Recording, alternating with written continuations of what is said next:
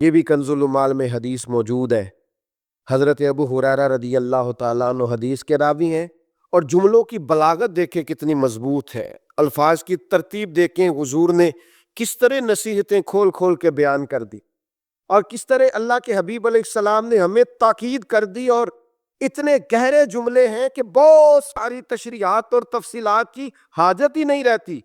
اللہ کے حبیب صلی اللہ تعالیٰ علیہ وسلم نے فرمایا لوگوں کی، خواتین کی، دوسروں کی عورتوں کی عزت اور عفت اور عصمت کا خیال رکھنا، تمہاری عورتوں کی عزت محفوظ رہے گی۔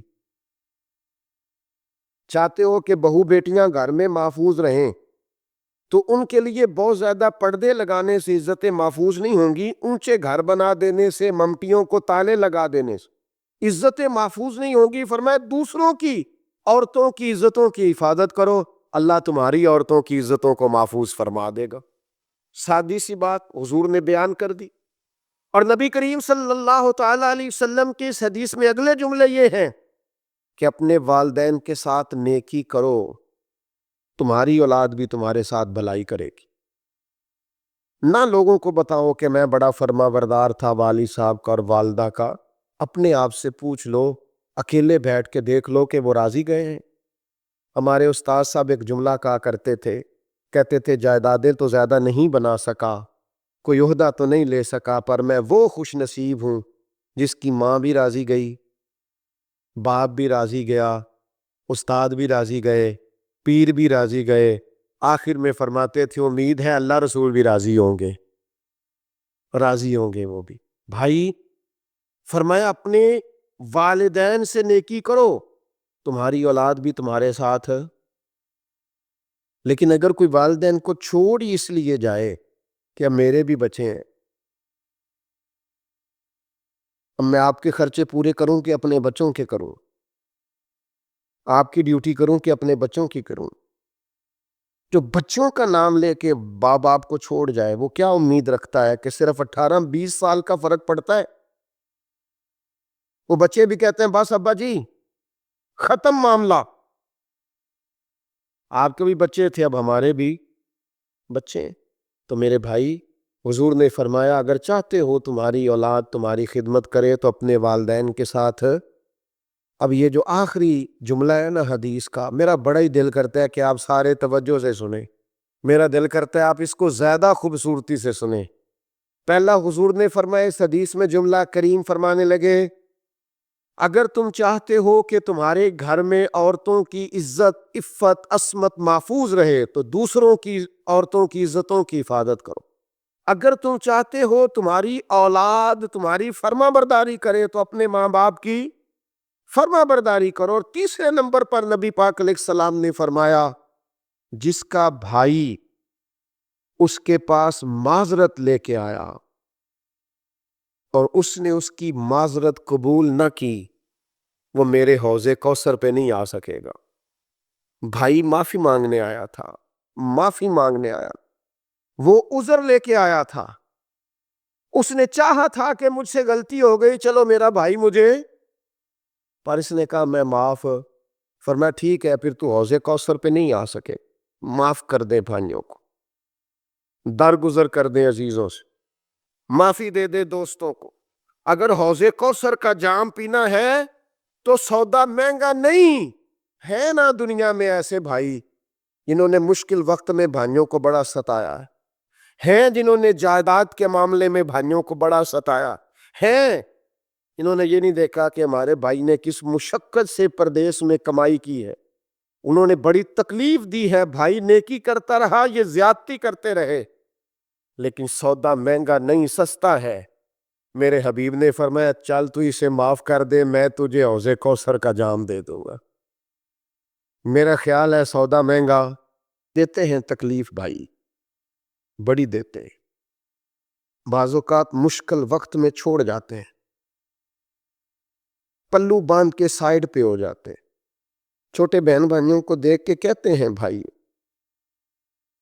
ساڑھے اپنے بھی بال نے انہوں نے سوچیے کہ اپنے کہتے ہیں ہاں ہاں لیکن معاف کر دو، بھائیوں کے لیے نہیں، مدینے والے کی بارگاہ سے جام کوثر کے لیے۔ آج نہ نماز پڑھو نہ جب اللہ اکبر کہنے سے پہلے پہلے معاف کر دو. کو تیری زیادتیاں یاد ہیں، تیرے دکھ یاد، تیرے دیے ہوئے سارے گھاؤ یاد، تیری کی ہوئی ساری باتیں یاد ہیں. دل کی تختی پہ لکھے ہیں مشکل وقت میں تیرے بولے ہوئے جملے، تیری بیوی کی ہوئی باتیں، حتیٰ کہ تیرے سسرال کے کہے ہوئے ایک ایک لفظ یاد ہیں. پر جا تجھے معاف کیا، ہم نے سودا کر لیا ہے مدینے والے حبیب سے. ہم نے حضور سے سودا کیا ہے. حضور نے کہا ہے کہ تو بھائی کو معاف کر کے آنا، میں تجھے کوثر کا جام دوں. تو ارادہ کر لیا ہے کوثر کا جام پینا ہے، کوثر کا جام پینا. ساری زندگی کوئی رب کی عبادت کرے، ایک سجدہ بھی معاذ اللہ کسی بت کو کر دے، پچھلی ساری عبادتیں اکارت چلی گئی، مشرک ہو جائے گا. ایک منٹ کی بھی ملاوٹ دین برداشت. سمجھوتا کیسے کر لیتے ہیں لوگ اصولوں پر. نہ کریں سمجھوتا. آپ ذرا کھڑے ہونا سیکھیں، آپ تھوڑا ڈٹنا سیکھیں، آپ تھوڑا اپنا مورال بلند کریں. آپ کا کوئی سٹیٹس ہونا چاہیے، کوئی معیار ہونا چاہیے. اپنے مقصد پر کبھی بھی کوئی سمجھوتا نہیں ہو سکتا، نہیں ہو سکتا. تو ایک تو اصولوں پر سمجھوتا نہیں، دوسرا دھمکیوں کی پرواہ نہیں. زندگی جو ہوتی ہے نا، اس نے بہرحال ختم ہونا ہوتا ہے. تو اگر کوئی شخص اپنے نیک جائز اور دینی مقصد کے راستے میں دھمکیوں کی پرواہ کرنے لگ جائے، وہ خیال ہی نہ کرے کہ میں دین بیان کر رہا ہوں اور پھر دو چار باتیں پوری ہوئی نہیں اور وہ ڈر جائے، تو وہ کمزور پڑ جائے گا. ایک دو چار پانچ منٹ کے اندر بلیک میل ہو جاتے ہیں لوگ، کوئی برداشت ہی نہیں کر پاتے، نتیجے اس کے ٹھیک نہیں نکلتے. یہ کام بھی کفار نے کیا.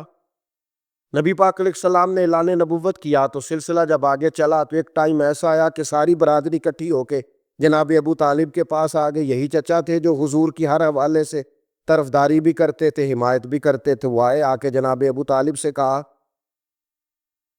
کہ یہاں تو آپ اپنے بھتیجے کو منع کریں، وہ ہمارے معبودوں کو برا بھلا کہہ کے ہمارے جذبات کو ٹھیس پہنچاتے ہیں معاذ اللہ، یا پھر آپ تیار ہو جائیں ہم سے جنگ کرنے کے لیے.